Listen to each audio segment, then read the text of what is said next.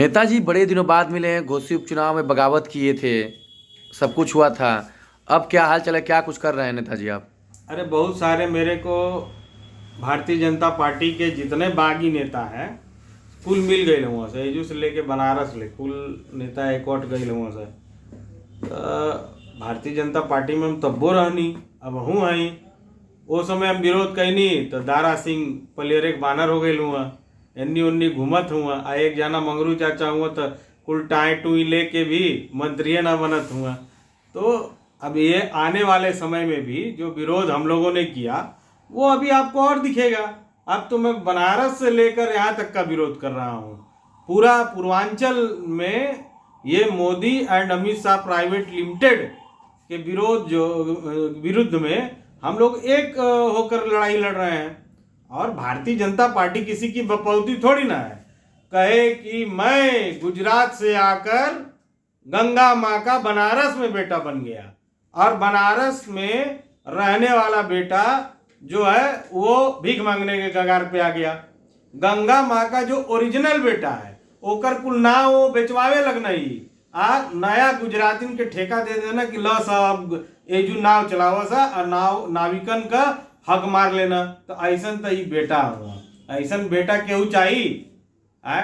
पहले हमार माई है तो आर ना हो जाइए।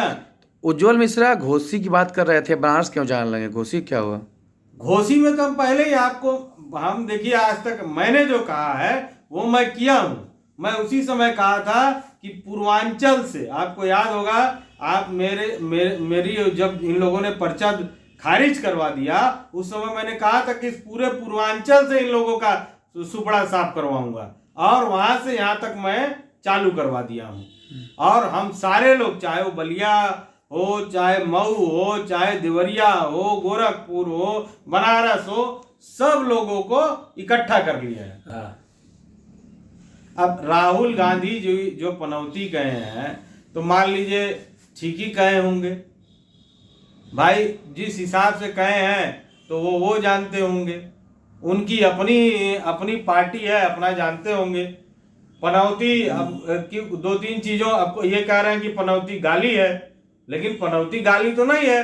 हमारे यहाँ तो पनौती उसको कहा जाता है कि भैया ही चल जाइए तो कोनो कामे ना होई।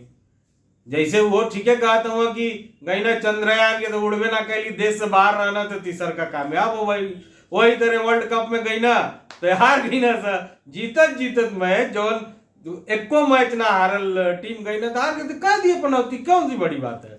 उज्जवल मिश्रा जैसे बागी नेता क्या चाह रहे हैं आगामी चुनाव में, क्या मंशा है? देखिए, हम लोगों का एक ही मंशा है कि भारतीय जनता पार्टी से योगी जी को प्रधानमंत्री घोषित किया जाए। योगी जी ही एक ऐसे व्यक्ति हैं जो प्रधानमंत्री के सच्चे हकदार हैं और हिंदू हृदय सम्राट हैं। तो वो सिर्फ जो है वो योगी आदित्यनाथ है। उनको कहा जाता, उनकी पॉपुलैरिटी भी आज के डेट में नरेंद्र मोदी से काफी ज्यादा है।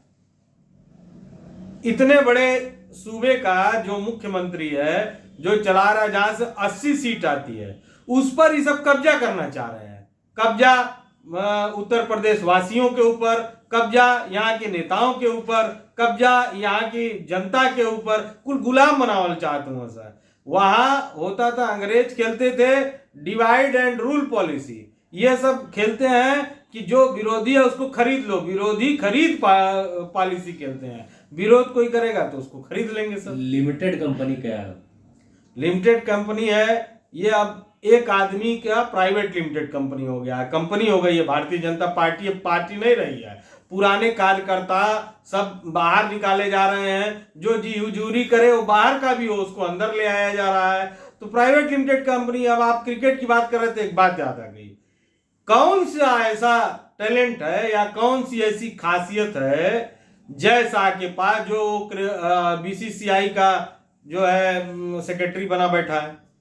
कौन सा ऐसा क्वालिटी? खाली पिता का पुत्र है इसलिए बीसीसीआई का सेक्रेटरी है। और कोई खासियत है तो बताइए कि उससे योग्य आदमी नहीं है, उससे योग्य लोग नहीं है। खैर, अभी आप लोगों ने घोसी में आप ही बगावत करके चुनाव लड़ रहे थे, नहीं लड़ पाए, तो क्या लग रहा है आगामी लोकसभा में उज्जवल मिश्रा जैसे लोग नेता क्या करने जा रहे हैं? उज्जवल मिश्रा जैसा नेता जो है ना, वो सही को सही और गलत को गलत कहेंगे। और अगर अमित शाह और नरेंद्र मोदी जब तक इस कमान भारतीय जनता पार्टी के शीर्ष नेतृत्व पर बैठे रहेंगे तब तक हम लोग विरोध करते रहेंगे। वो कल से सुधर जाएं, कल से हम लोग फिर से उनका साथ देने लगेंगे, लेकिन वो सुधरेंगे नहीं, तो सुधरेंगे नहीं, हम लोग उनके होंगे नहीं। घोसी में चर्चा चल रही है कि अरविंद राजभर भाजपा गठबंधन से आएंगे। अरे अरविंद राजभर भाजपा गठबंधन से आ जाए, चाहे कहीं से ओम प्रकाश राजभर या उनका परिवार का कोई भी व्यक्ति घोसी से चुनाव नहीं जीत सकता है। ये तो मैं लिखित बता रहा हूँ। अब नरेंद्र मोदी का एक और बात याद आ गया। नरेंद्र मोदी जी वहाँ किला से जाकर बोलते हैं कि माताओं बहनों की बड़ी बेइज्जती होती है, बातचीत करने में गाली लोग बोलते हैं माँ बहनों की। ये उनका वक्तव्य है, आप जितने भी लोग होंगे जाइए सर्च मारिए, उन्होंने कहा था। और यही ओम प्रकाश जैसा आदमी माँ बहन का गाली दिया, उसको दिल्ली में बुलाकर हेलो से खंड कर रहे थे।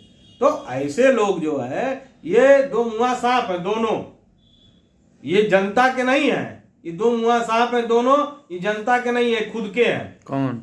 मोदी जी। अब एक चीज बताइए, माताओं बहनों करते हैं, आपकी मेरी किसी का भी विवाह हो जाए, विवाह होने के बाद जो लड़की अपना सर्वस्व छोड़कर आई है उसको अपने घर में आते ही कोई व्यक्ति अपने प्रोपेगेंडा के लिए छोड़ दे, तो ऐसा तो व्यक्ति है नरेंद्र मोदी। ये क्या समझेंगे माताओं बहनों की पीड़ा?